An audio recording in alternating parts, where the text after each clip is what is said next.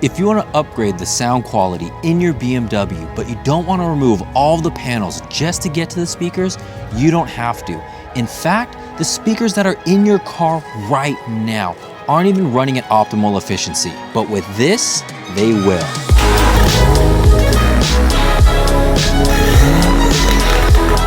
What's up everybody, my name is Fritz and welcome to the channel. If you're looking for that one plug-and-play upgrade that's going to enhance the entire sound quality of your car with the least amount of time invested, then the Alpha 1 amplifier from BimmerTech is exactly what you've been looking for. I'd also like to thank BimmerTech for sending this out to us to test and review on the M235i. They're even giving all of you a discount during this Black Friday season, which I've been told is going to be the biggest one of the year. Now, with any sound upgrade, there is going to be some sort of panel removal no matter where you are. But at least with the amplifier, it's one set of panels. And with the removed, we simply need to switch out our stock amplifier for the Alpha 1, giving us a noticeable improvement throughout the entire car. Start by removing the trunk's floor liner so we can disconnect the negative terminal of the battery held in by a 10mm and tuck it off to the side. We have two big panels to remove before we can get to the amplifier. The one on the side is held in by 3 push rivets and a T40 hook, which may be easier to reach from the back seat.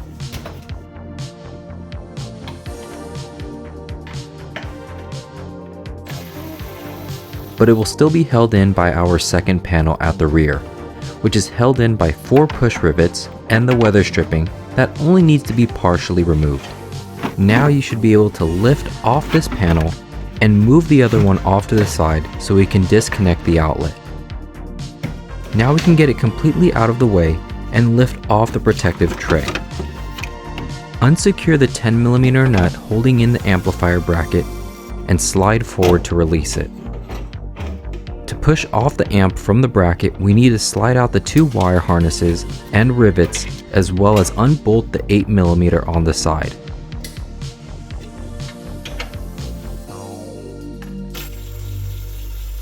Before mounting the Alpha 1 amplifier, we need to remove the protective foam and its adhesive, then wire it up.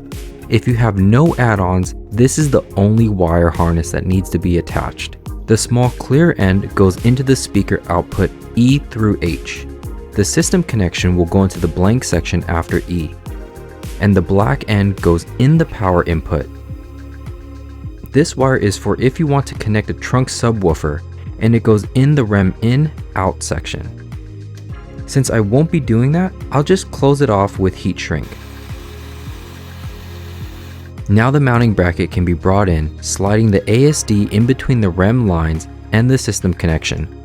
Then align the grooves on the bottom and press it in before bolting it up with the 8mm. If you're doing this on another model, your BimmerTech bracket might look a little bit different, but it should still fit in like your old OEM unit. If you have more peripherals, BimmerTech provides you with the wires and a USB connection, allowing you to tune the amplifier from the included presets, or if you prefer, BimmerTech will even create a dedicated tune for you during a one-on-one session. I routed the cable up and over the inner liner for easy access later on. The Active Sound Design bypass harness slides directly into the ASD. This will remove the fake exhaust sound produced by the module, which is necessary if we don't want it to interfere with the amp. With all the direct connections in, slide in the amp before securing the nut. If you want, 20 Newton meters is enough for this. Time to join the Alpha 1 harness to the car. Just ensure the pins line up.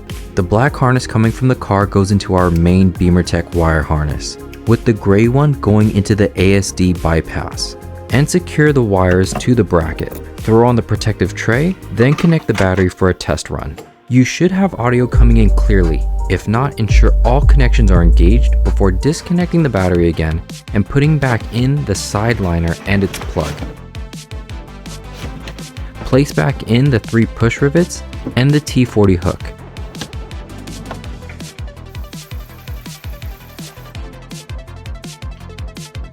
Then drop in the rear panel and secure it by its rivets and weather gasket.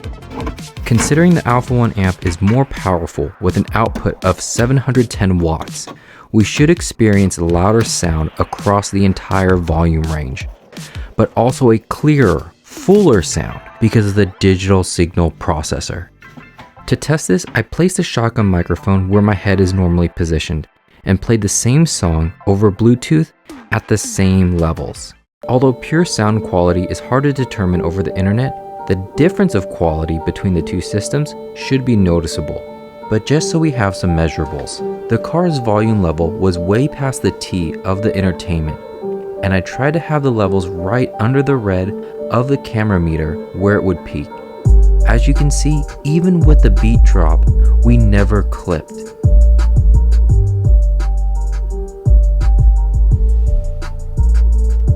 With the Alpha 1, the volume level was before the T and would clip after the beat drop.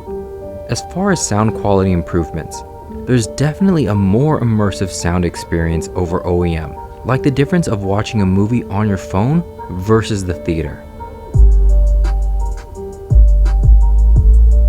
So I would definitely say this is a fantastic upgrade that takes about 30 minutes. Combined with the full tune customization and discount code, this is a tremendous value if you've been wanting a better audio experience in your BMW. Ooh, okay. All right. This has to be the best sound upgrade that we've done to this car as of yet, which makes me wonder what it would be like if we upgraded all the speakers as well. But if you want to know the one speaker to disconnect in order to enhance the sound staging of your car, check the video right over here, and I'll see you in that one.